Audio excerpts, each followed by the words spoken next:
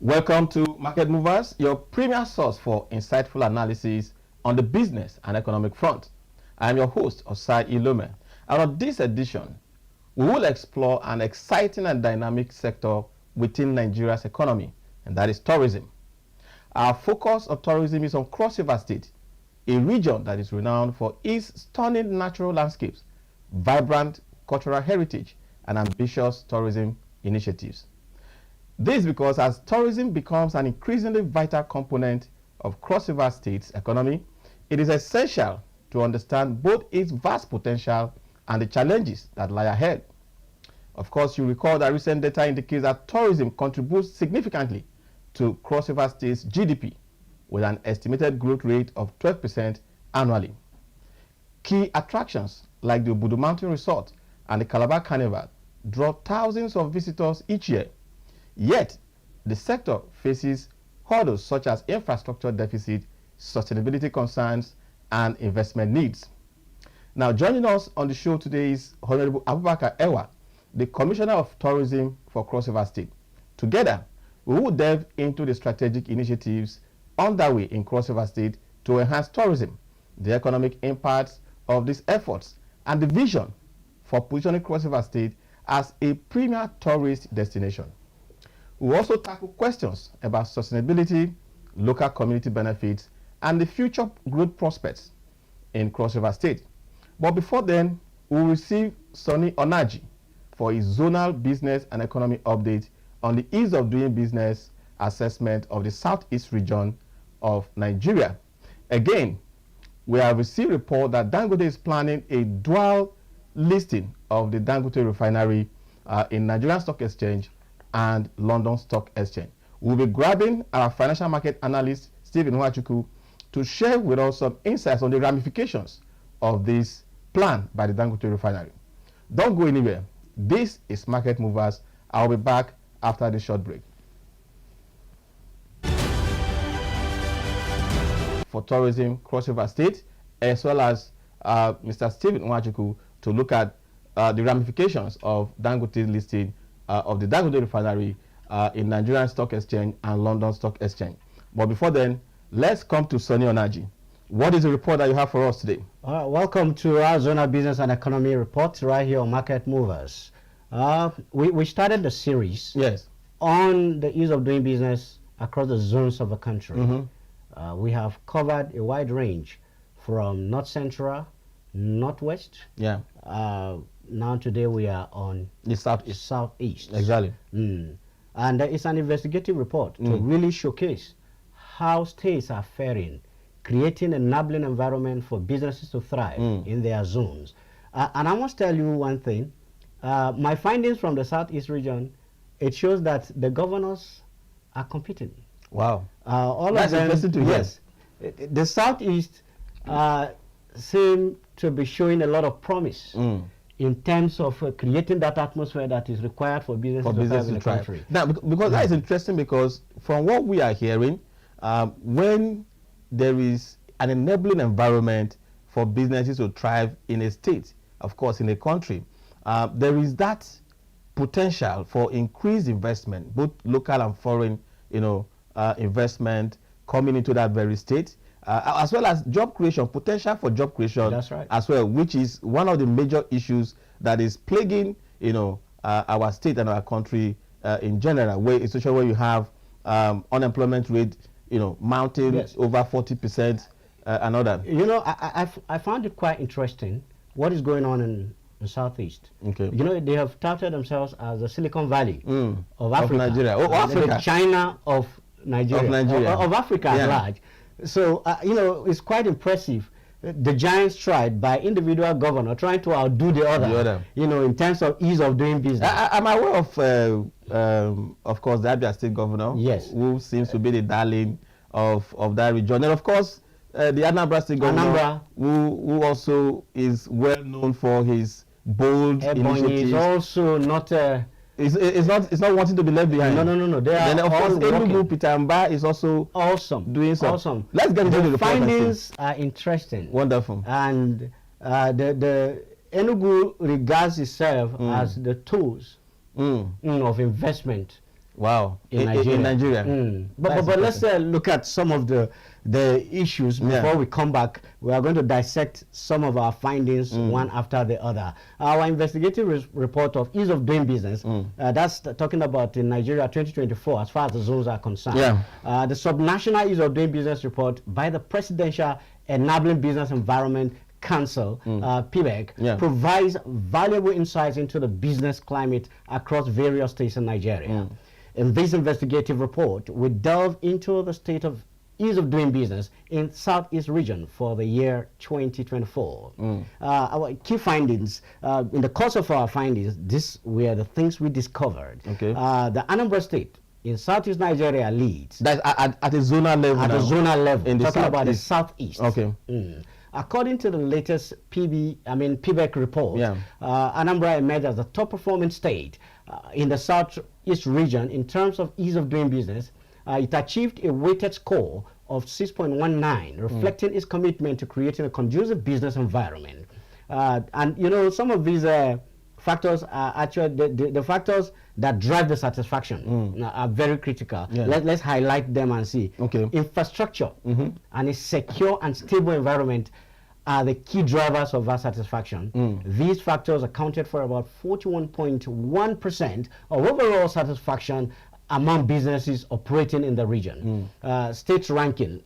So before you go into the states, because you just gave us the overview in terms of the Southeast zone, the state that is leading, and some of those key indicators that prompted Anambra State to be the leading state in the Southeast. I want to quickly ask about something. I don't know if in the course of your findings you were able to arrive at a potential answer for this question. Looking at the issue in the Southeast, which has to do with the IPOB insecurity. I'm told by certain research that I have seen that the Southeast lost over 4 trillion naira as a result of the sit-at-home. As a result of sit-at-home crisis in that zone within 2 years of that crisis. I don't know. What do you make of that in the course of your finding? Do you see anything that has changed, so far? The crisis in Southeast, in terms of IPOB, is beyond the state governors. It's beyond the region. It's purely a federal government affair. All of us, we are privy to the genesis of the problem. And but one of the steps taken even before the present administration of the crop of governors that we have, I think the only governor that came from the crop of governors that were part of the, cushioning the effect of the crisis, I think is only Hope Uzodimma of Imo State. The other guys are new guys who just won elections. But if you remember, apart from the federal government's approach to restoring peace in the Southeast, there was a time the governors of the Southeast came up with what they call the Ebubeagwu. Their security outfit, which was already the essence of Ebubeagwu was to restore peace in the southeastern part of Nigeria.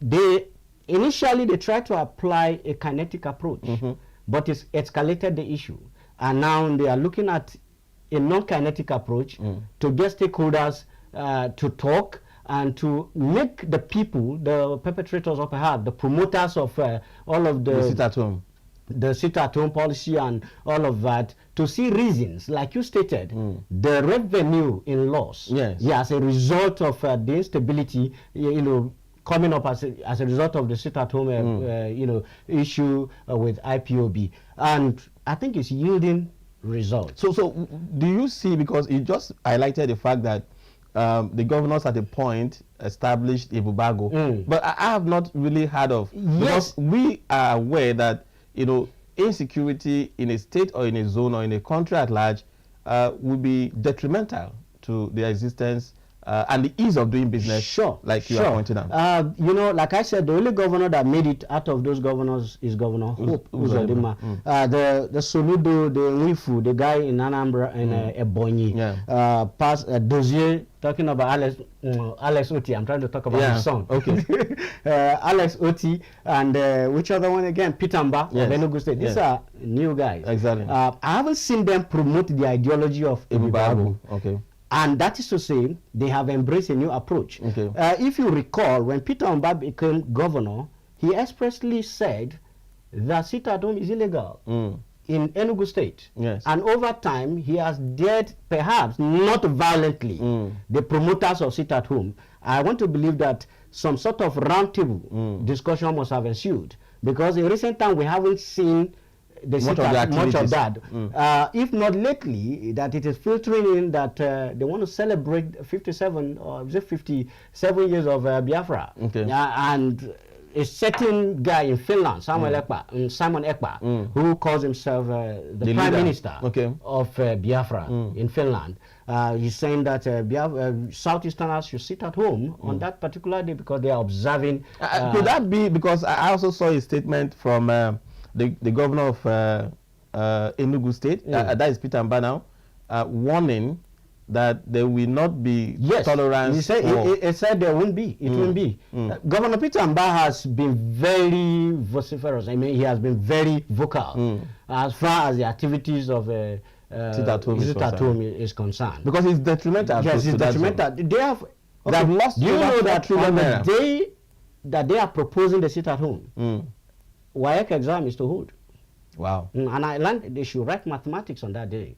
So if definitely they are going to sit at home, there won't be mathematics exam for the students. All right, so let's go to the meat of the report now. Okay, like we said, Anambra at 6.19 leading the other states in the southeast region, demonstrating commitment to business-friendly policies and infrastructural development. Let's look at Anambra. Let's focus on Anambra. You asked me earlier, what are the specifics? What exactly are these governors or the governor is doing, the government in Anambra State is doing to have earned them the #1 spot in Southeast? You can recall, Anambra is so endowed, apart from the partial oil production, that happens there. Anambra has become a hub for manufacturing. Okay. By my findings, there are over 30 manufacturing companies in Anambra State.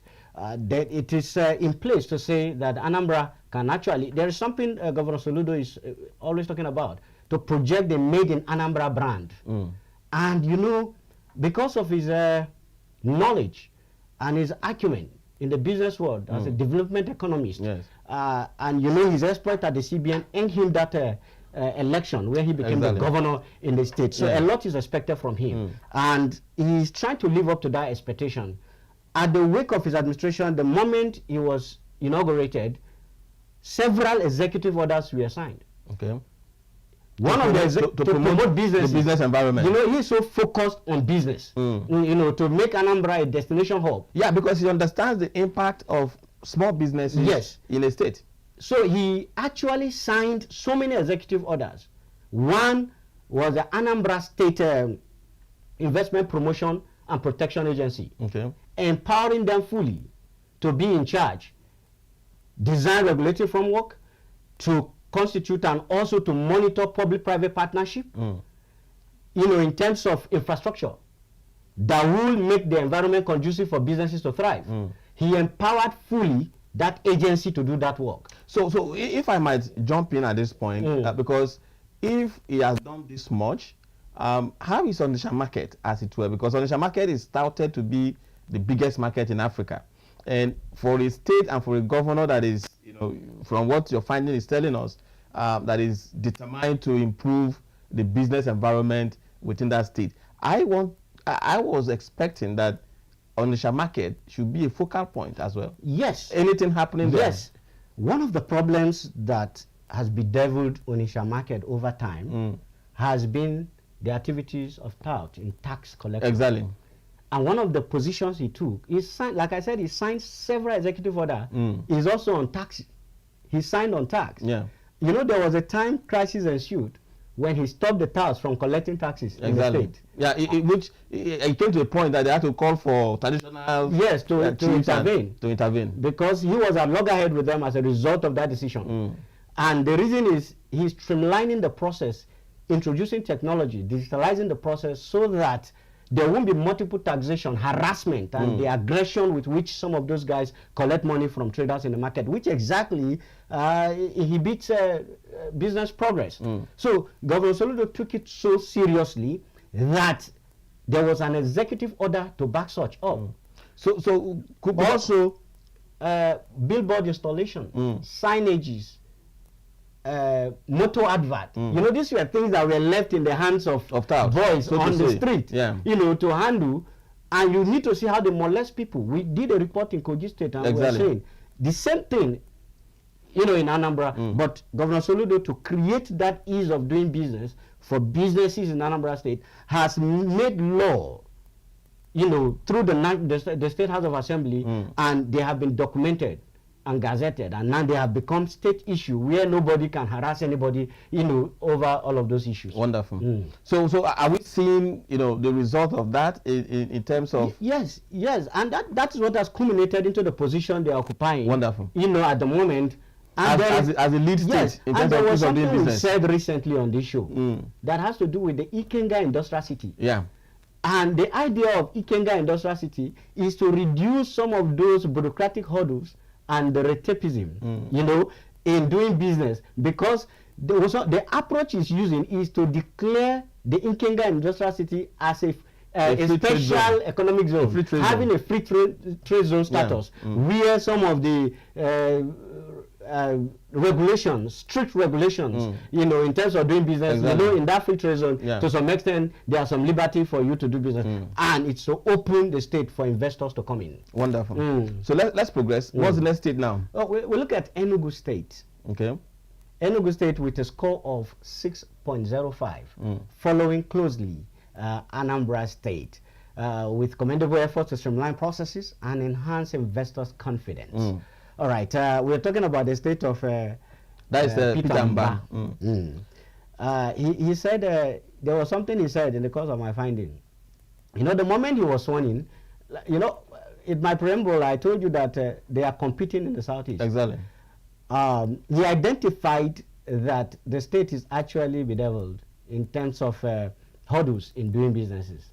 Businesses complain. So one thing he did was to organize what they call the Economic and Investment Roundtable. Okay. Yes. And at that roundtable, he itemized several things that he has observed to be responsible for the unfriendly business environment Enugu is faced with. And the outcome at that roundtable, they had several stakeholders. The Afrexim Bank was there. Okay. You know, in that I think he's working closely with the Afrexim Bank, because local and international development partners were all part of that roundtable conversation, and they were able to identify the areas that the state is facing challenges in terms of ease of doing business, and they came out with recommendations. And out of that recommendations, from my findings, countries are now interested in Enugu State. China is already on ground. Indonesia in Enugu State. Yes, for foreign direct investment in Enugu State. It will interest you to know that the UK High Commission has set up a visa office in Enugu State. Yes, I don't want to mention a particular brand, you know, but it's a travel agency that facilitates travel, a tech travel agency. Okay. They already have an office in Enugu State, and all of these as a result of the effort of Governor Peter Mbah to make Enugu State a safe haven for investment. Wonderful. These are the things that, you know, providing that friendly environment, the ease of doing business, can bring into a state. It will bring, like I mentioned earlier on, local and foreign investors. It will create, you know, bring about the creation of jobs. It will bring about the increased revenue base of the state as well. In a situation where we have been looking at the fact that, you know, states in Nigeria are becoming reliant on the federal allocation. You know, so the ease of doing business have that potential, and that is why we are very concerned about in looking at the first year anniversary of Tinubu's administration, because this is the future. All over the world, we know that small businesses, or businesses as the case may be, have the capacity to employ thousands of people. The government does not have that capacity.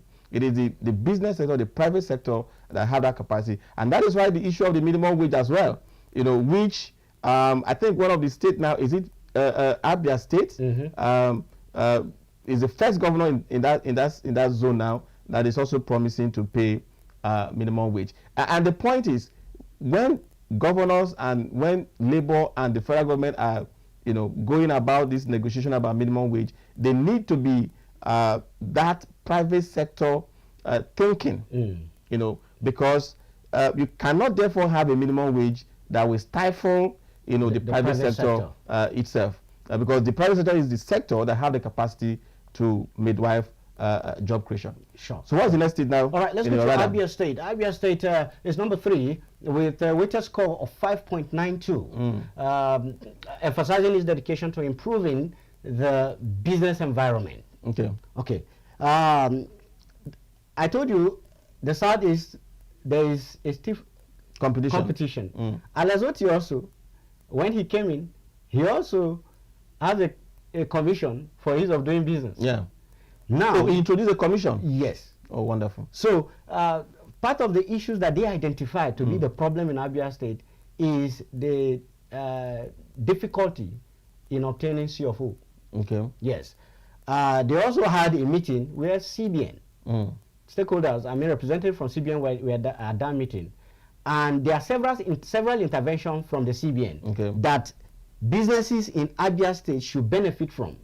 But these are securitized intervention, and most of those people don't have CFO. Yeah.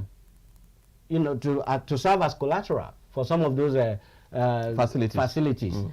And the difficulty over time, it has always been difficult for people to obtain CFO, even for businesses to set up premises and all of that. It has always been a difficult thing. In Abia State. In Abia State. But under the watch of Alex Otti, he did make the commitment at that meeting that his government will ensure seamless approval and all of the encumbrances around access to CFO. And that has resulted in the position they are occupying at the moment. That's talking about number 3. Yeah. And there is something that is quite critical, again, about the exploit of Governor Otti as far as his infrastructure. Okay.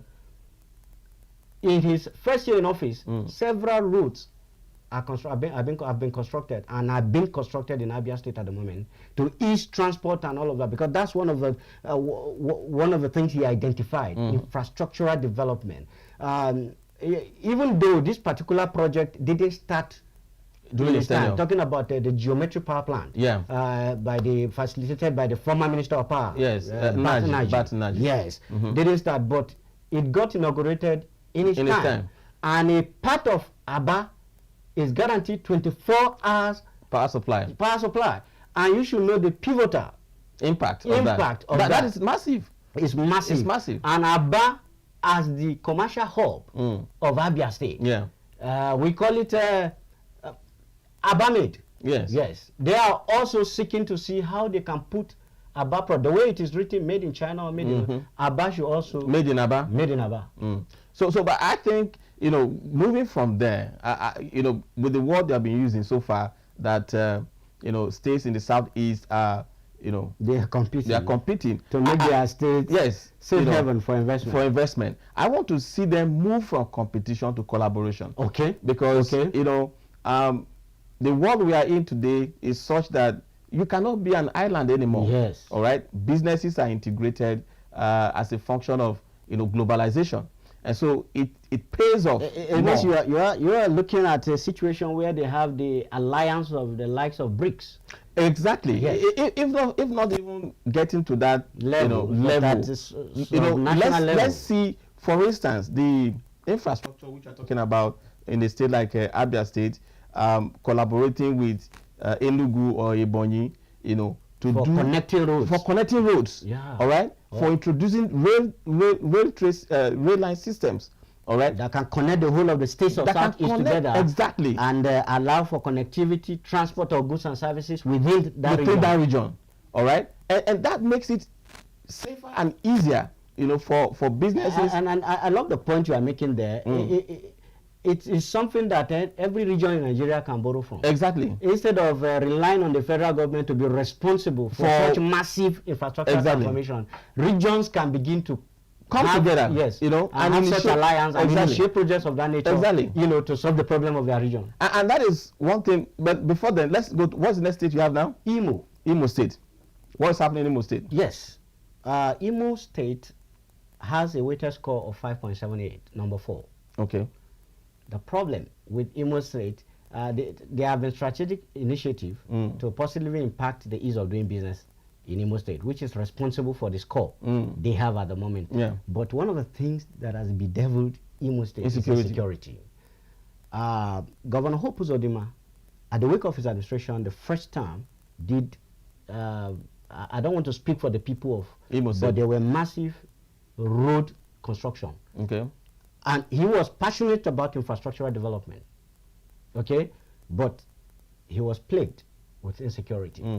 It's in the open. I think Imo State is one of the worst hit state as far as activities of insecurity, the IPOB and the sit at home. So, but we have this sit at home in other states as well, and this is what leadership is all about. All right, if the states like Abia and Enugu, in the face of all of that, and Anambra are still able to mitigate those challenges, all right, I think Imo State should also begin to do better in terms of handling this insecurity challenge. Yes, it's a work in progress. The Imo State challenge is such a unique one. It has a political undertone and all of that. Yeah. Yes, but I want to believe that the governor knows his onions, and he should be able to prove a point to the people of that state that I am capable. Yeah. That in the face of all of those challenges, he will still make Imo a safe haven for investment. Wonderful. I'm just being told now that Steve Nwachukwu is ready for us. But before we come to Steve, quickly, what's the next state now? Ebonyi State. Okay. What's the problem there? The problem is common. All of them face common problem in terms of the problem with ease of doing business. But one thing that I found quite interesting about Ebonyi State is the only state that has the Ministry of Commerce, Industry and Business Development. Wonderful. In Ebonyi State. In Ebonyi State. That is to tell you how they are passionate about MSME. And in trying to create a friendly atmosphere, they also passed a law on tax reform. And to remove some of the bureaucracies around the business regulations, which has also encouraged, in short, the Speaker of the House of Assembly is encouraging Ebonians outside Ebonyi to return home. It's like this report that you did has turned you into an Ebonyi person. He's encouraging them to return home. Yes. Because of the so many largesse that they stand to benefit as a result of the reforms of the government in ease of doing business. Awesome. He said that at the launch of a particular restaurant, where he was encouraging other people that Ebonyi is safe, even though they're occupying the last position. But I still believe it's a work in progress. It's a work in progress. And that is why on this show, we are going to be looking at a way we are going to go to the street. Now, Sonny has given us his ease of doing business report as facilitated by the PBEC, Presidential Enabling Business Environment Council. But on this show, having analyzed these reports, we'll be going to the street to have what we call the zonal, what do we call it now? Town hall. Our town hall, the zonal business economy town hall that will focus on the ease of doing business, so that we can hear directly from you on how this progress that Sonny is telling us is impacting your business. We'll be going for a quick break so that we can introduce Steve Nwachukwu to look at the ramifications of the Dangote refinery listing on Nigerian Stock Exchange and the London Stock Exchange. Don't go anywhere. You are live on Market Movers. We'll be right back after the short break.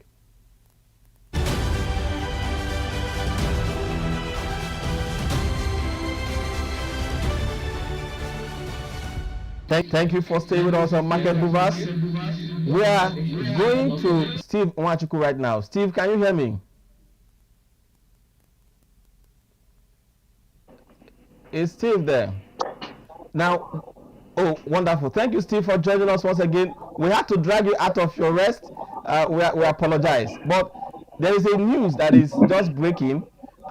which we want you to quickly react to us. You are a financial market analyst.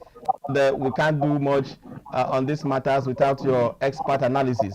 And so we are hearing that Dangote Refinery is listing or is planning to list his Dangote Refinery in Nigerian Stock Exchange and the London Stock Exchange. Now, we wanted to give us a perspective on what could be the possible ramification on the overall liquidity and investor confidence in Nigerian capital market. Okay, first and foremost, I think I have to appreciate you for inviting me, always giving me the trouble to have opportunity to make my contributions and perspective to most of these national issues. Thank you. First and foremost, the capital market across the globe is a center, is a place for investors to rally and raise funds. Is opportunities created for investors and entrepreneurs like Dangote to float their businesses and have funds rallied around them to support their businesses. So, listing Dangote Petroleum Refinery in Nigerian Stock Exchange and possibly in London Stock Exchange is a good development for the two exchange houses. Opportunities are created for businesses to participate and become co-owners of Dangote Petroleum Refinery. So it's a good opportunities. Like I said, if you have your private business and you want to expand, you want to have more funds, you want to be flexible, you come to the market so that you can be able to have, because there are rules of the engagement in the capital market. Okay. Like that, for instance, we have a 20% free float rule, which mandates any institution that is listing like this Dangote Petroleum Refinery to make available minimum of 20% of its shares to the investing public. Given the numbers already established, the size of Dangote, you know that 20% is somewhere around $2 billion. If we go by 2023, $20 billion size of funds that actually Dangote expanded in building the petroleum. You mean the valuation of the Dangote petroleum refinery? Exactly. So it means that you are going to make available such volume of money available to Dangote to expand into other business. So the rule book is there. There will be a free float, which is 20% that must be made available to the investing public if you want to become a public liability company. So if we have to look at the circumstances that one listing here and listing in the London Exchange, maybe we'll have to go into that details. Yeah. So what could potentially be the benefit, all right, for businesses? Now, you have pointed out that this 20% valuation of the company will be made available for investors to now pull in their resources to take ownership of that percentage of the company's valuation. That could work for the, like you pointed out, for the company, for Dangote Petroleum Refinery, to their own interest. But does it have a ramification in terms of opportunities or challenges for the business ecosystem in Nigeria? Of course, like I said, as long as a company is valuated and is going public, it means you are profitable. So the profitability of the company is what the investing public will participate in. For instance, you make your annual and quarterly financial statement where you are also mandated, which should be part of your posture to attract more investment for your company, to pay dividends from your sales proceed or from your transactions or incomes and the rest of activities that you've engaged in the cost of your business for the year. So when you pay that dividend, this is what the investing public, which are the shareholders, will benefit from. So on one hand, the Investing Public is gaining by being a co-owner of the company and also receiving an annual dividend payment. On the other hand, the promoters of that business have also have opportunity to have funds that they can channel into other businesses or even expand the line of their business. Take, for instance, Dangote's valuation is worth $20 billion. Yes. If they are to be floated or quoted or listed tomorrow, it means that they will make available 20% of those valuation in shares to the public to participate. That 20% by this 20 billion valuation means that $2 billion will be available for Dangote to move into any other business or even settle any other obligations or debts that he may have been incurred. So that is opportunities for Dangote and also opportunity for the investing public. Then on the issue of dual listing, first, dual listings are caused when your capitalization is so huge, or you want to have more accessible to finance, more access to other finance. Like London Stock Exchange is one of those frontiers that you can actually have free funds to invest in or expand your businesses through IPOs, initial public offer, or even right issues where you can get the real investors that can support your business. Have in mind that the essence of being listed is to get funds. That is the primary essence of being listed, so that you can have access to fund. When you raise your IPO or you do a right issue to expand your business or to move into other business frontiers, the market is there for you, for investing public, to make such funds available to you. Then another thing is the flexibility. I've talked about the huge capitalization. The Dangote refinery is worth $20 billion. Currently, the Nigerian Stock Exchange is worth less than 42 or $43 billion. So imagine such kind of Dangote alone coming, which takes half of the capitalization. Put all the commercial banks together, put all the breweries together, put almost all we have.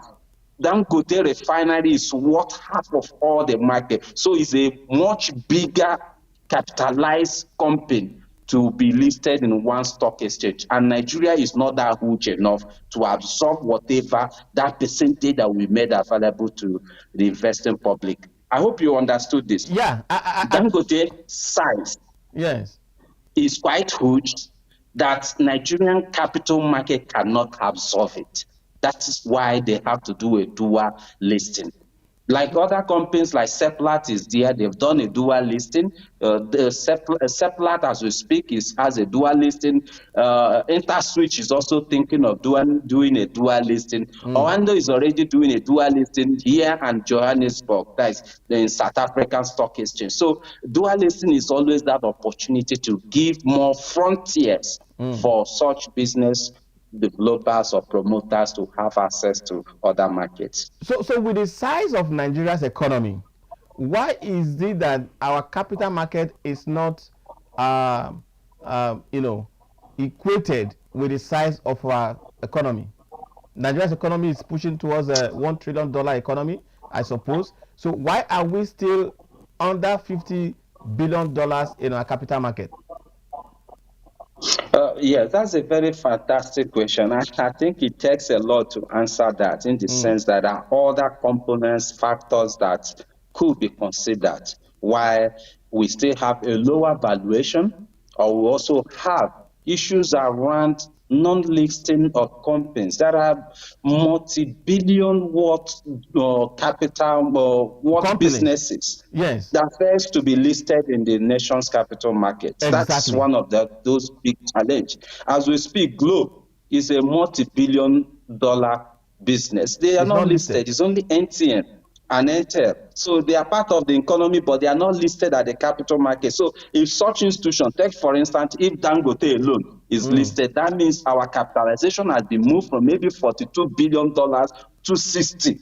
So when we continue to have such large capitalization being listed, companies being listed, it will widen our capitalization. And one thing again is also valuation of our companies. Most of our companies are undervalued.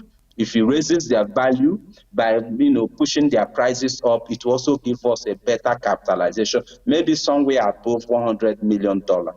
So what do you think that the Securities and Exchange Commission can do to facilitate an increased listing of Nigerian companies on the capital market? Well, one is to make the listing rules or prerequisites or conditions more flexible for such companies to operate, for them to be able to be listed, and possibly also to encourage them by reducing some of those regulations, charges charges or commissions that they need to pay for the listing of such.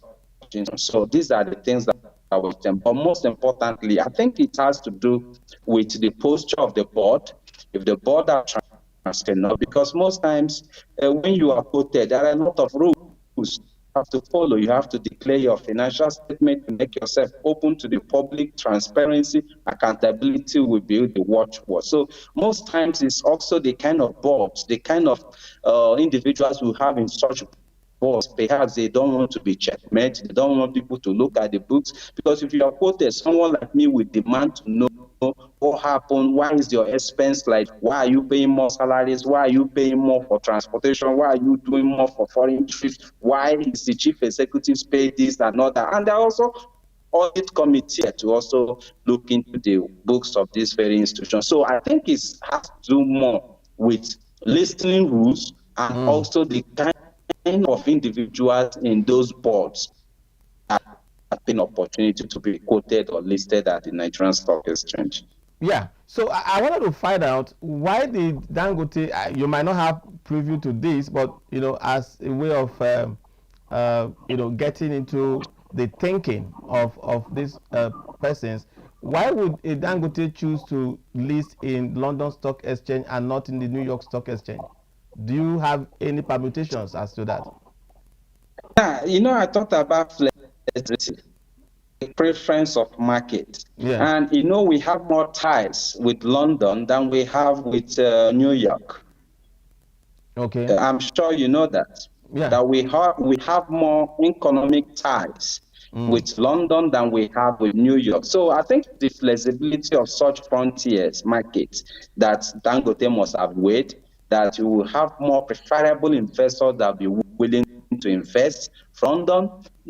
Notwithstanding where you are quoted, an American can come to London and do business and live. He can come to Johannesburg. So it's irrespective of the market you are found. But like I said, the bilaterals that exist among markets that makes that flexibility or that connection to be faster. I don't think we have any strong ties or bilateral ties enough for companies to be having a dual listing with Nigeria and New York. For now, we don't have. Until we have such, that is where you start seeing dual listing between Nigerian Stock Exchange and New York Exchange. So for now, we don't have such bilaterals. Wonderful. So again, that's the point I was trying to get out, which is there are these bilateral agreements that have been signed between Nigeria and some other countries, which most of them are just lying in the shelves, not being utilized by businesses in Nigeria. We'll find out a time to look into that extensively. Next question I wanted to put to you is, do you think that with this broad listing of the Dangote refinery, Nigerian companies, will have some spillover in terms of, because you also mentioned about the fact that most of our companies are not properly valued or appropriately, to use that word, valued. Do you think with this listing that Nigerian companies will be a bit more appropriately valued going forward? Of course, it will. One thing about good companies and good listing as such as the Dangote Petroleum is that it will attract investors. For the fact that both local foreign investors is the news is around that Dangote is getting listed, you start seeing capital importation to the shores of Nigeria and that of London Exchange, because these are the places that this very company will be floated or be listed. So it will attract investment. It will attract, because someone in Russia, somewhere in UK, somewhere in US, name it, across the world, investors are there looking for opportunities of this nature, and they know that Dangote is built based on international standards. So it's a good investment for them to actually be owner and to have a stake in Dangote. So once this listing news or date is announced, people will start chasing after their shares or chasing after those countries, moving towards those areas that they will have opportunity. Definitely, there will be capital importation that will rub off on other quoted equities in the nation's capital market. When you come to Nigeria, you start looking, is there any other company beyond Dangote? Exactly. So that is how it can benefit other companies. By the time they come here, they will tell them, yeah, ADC is also available, and they can turn out this size of profit for you. And chances would be that possibly they will move such funds to support such business. They're good opportunities because it's opening Nigeria to the investing public. The news alone that Dangote will be quoted at the Nigerian Stock Exchange is a news for investors to rush into such markets to take such opportunity where they could not maximally obtain the units of shares they actually initiated. They will use the leftovers to buy into other companies that will also have a very good need for them. Now, looking into the capital market deeply. Now, you are a trader, you are a broker and an analyst. Now, with this kind of announcement, which sectors, all right, because we are expecting that, the market, on this show we are known as the market movers, and so we are thinking that, with this kind of announcement, it will move the market in a particular direction. What direction do you see the Nigerian capital market moving in terms of the gainers by the end of today? Well, to be honest with you, as a player in the market, we don't move market or rush after stocks based on the news of such nature. So some news are targeted at a particular. If it's for Dangote, it's for Dangote alone, or it can now rub off on other stock quoted in the oil and gas sector.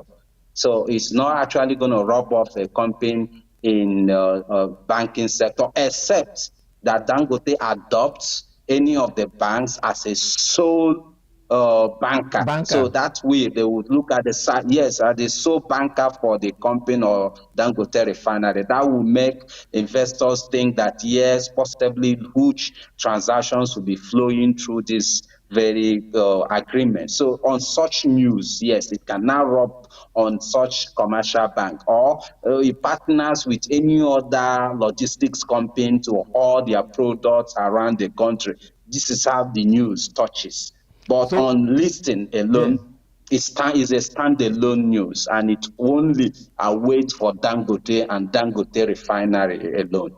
Yeah, but from what you just said, we should assume that the oil and gas sector could possibly have some gains, in the market as a result, because of course Dangote will be playing in that space, and companies that are listed within that space, we possibly, because that by the time to support what you said, what you said, is that already rub off the market. The oil and gas sector have actually rallied because recently Dangote announced adopting or approving a couple of major marketers as one of their distributors. The Dangote refinery, petroleum, announced the likes of Total, the likes of a good number of them, and all of them, their price started rallying, because for you to be one of the distributors or major partners with Dangote Refinery to be lifting and buying their product. Isn't good news for you? You are not looking for those products to buy from NNPC or to wait for the one imported. You are now buying direct from Dangote. So it's a good news, and which will reflect in the financial statement or the books of such companies. So it has actually rubbed off. To support what you are saying, it did actually rub off on the market when that news came. Like I said, it has to be a news. There must be a relationship. There must be something that you will benefit from before it can rub off for you. Until such, but as we speak now, listing of Dangote is a one-off, and it's only Dangote Refinery can benefit from it, except there are people along the line who partners with Dangote on this process of listing. These are the individuals. So if they are quoted, these are the individuals that will also perhaps gain some attraction. Take, for instance, if any of the registrar will be adopted, and like, for instance, now we have a couple of registrars that are quoted. If any of them are now the registrar to Dangote, that's a good business for them to have such kind of big, huge size company that they will be registered to. So it will rub off on such company because such big, huge capitalized entity is partnering with them. So it does in many ways rub off on companies. Thank you very much, Stephen Nwachukwu, for your expert analysis. We'll be calling it a day at this point in time. We are so happy to have you provide us this insight on the Dangote dual listing in Nigerian Stock Exchange and the London Stock Exchange. And we are looking forward to more rallies in the market as a result of this. Yes, the announcement has come. By the time it is fully listed, we hope to see, possibly, are you buying a share in Dangote?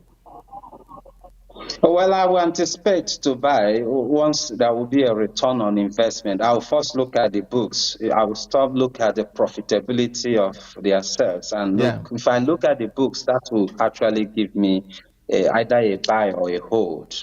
Definitely it should be a buy because it's a virgin company.